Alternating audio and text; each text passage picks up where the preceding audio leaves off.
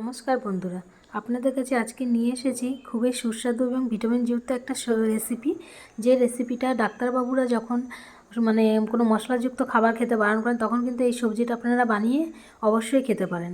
আজকে আমি নিয়ে এসেছি কাঁচকলা দিয়ে আলুর ঝোল, পাতলা ঝোল। আপনারা দেখতে পাচ্ছেন একদম পুরো টাটকা গাছের দুটো কাঁচকলা নিয়েছি। কাঁচকলা দুটো প্রথমে ছাল ছাড়িয়ে নিলাম, এটাকে পাতলা করে কেটে নিচ্ছি।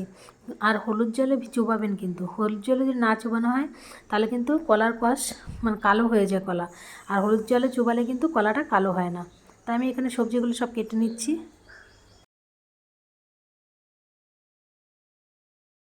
সবজি কাটা হয়ে গেছে। এরপরে প্রথমে আমি কড়াইতে তেল দিয়ে দিচ্ছি এবং আলু আর কলাটাকে হালকা করে একটু ভেজে নেব। তাতে একটু হলুদ দেবো আর নুন দিয়ে আর কাঁচা লঙ্কা দিয়ে এটাকে একটু ভেজে নেব।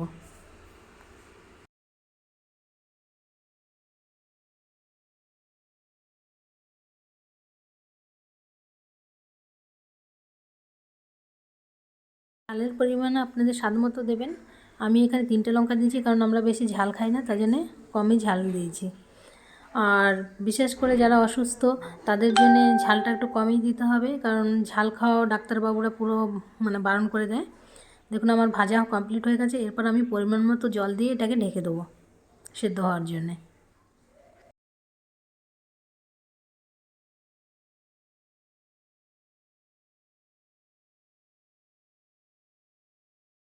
দিকে যতক্ষণ আমার সেদ্ধ হয় ততক্ষণ আমি একটা ভাজা মশলা তৈরি করে নেব।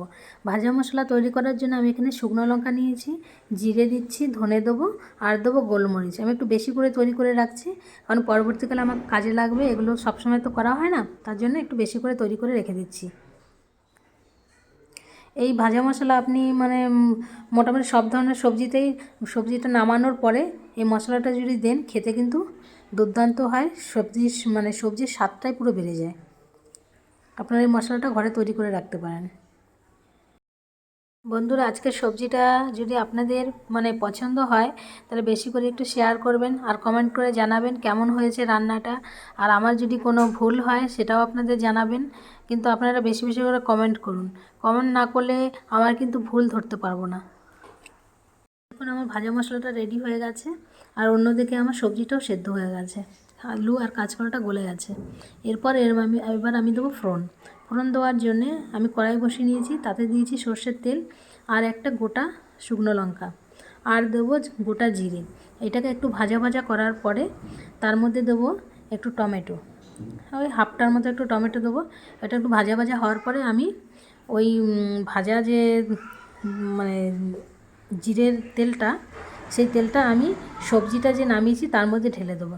এই ফোড়ন দেওয়ার পদ্ধতিটা আমার মায়ের কাছ থেকে শেখা। এইভাবে যদি আপনারা রান্না করেন খেতে কিন্তু খুবই স্বাদ লাগে।